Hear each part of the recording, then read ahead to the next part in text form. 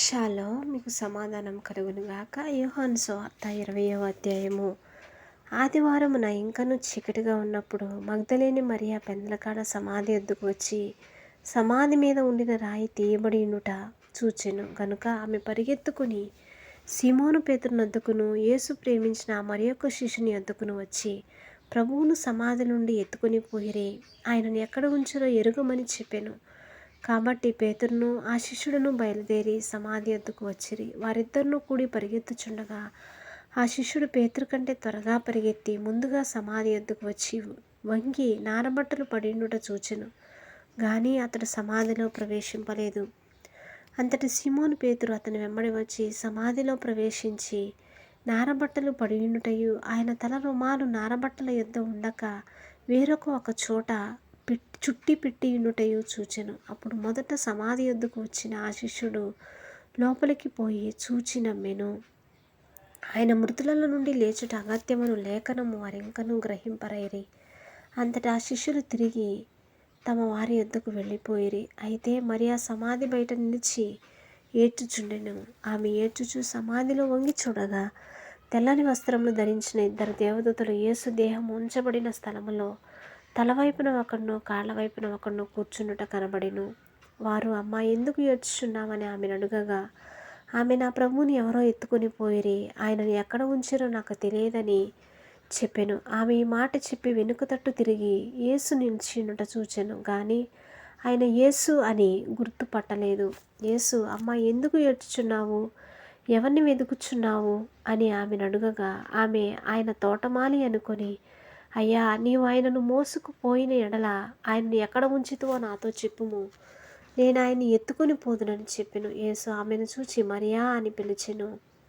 ఆమె ఆయన వైపు తిరిగి ఆయనను హెబ్రీ భాషలో రబ్బూని అని పిలిచెను.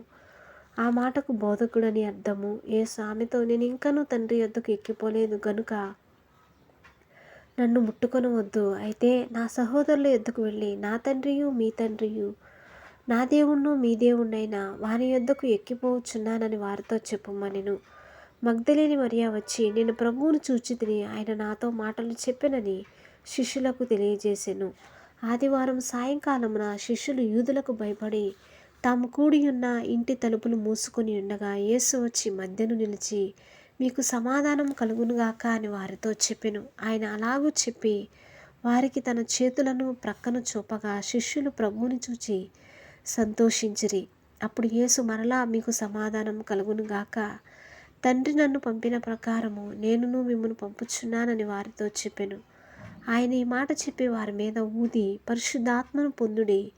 మీరు ఎవరి పాపములు క్షమింతురో అవి వారికి క్షమింపబడును, ఎవరి పాపములు మీరు నిలిచియుండనిత్తురో అవి నిలిచియుండునని వారితో చెప్పెను.